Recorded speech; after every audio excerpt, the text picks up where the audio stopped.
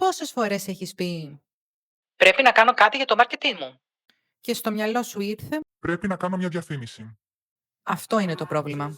Το promotion είναι το τέταρτο P του marketing mix. Και είναι το πιο παρεξηγημένο απ' όλα. Γιατί δεν είναι μόνο η διαφήμιση, δεν είναι μόνο τα post σου.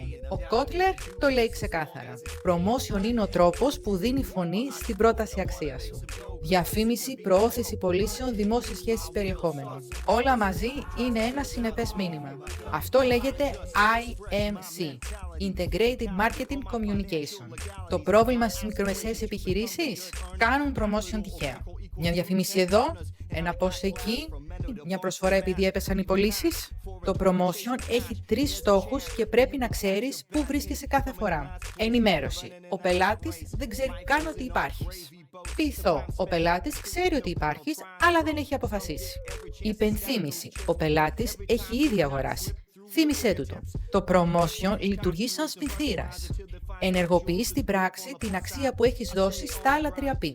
Αν το product, το price, το place είναι στη θέση τους, τότε το promotion θα το κάνει ορατό. Αν όχι, καμία διαφήμιση δεν θα σώσει ένα λάθος θεμέλιο. Follow. Τα 4 P ολοκληρώθηκαν. Τι ακολουθεί μετά?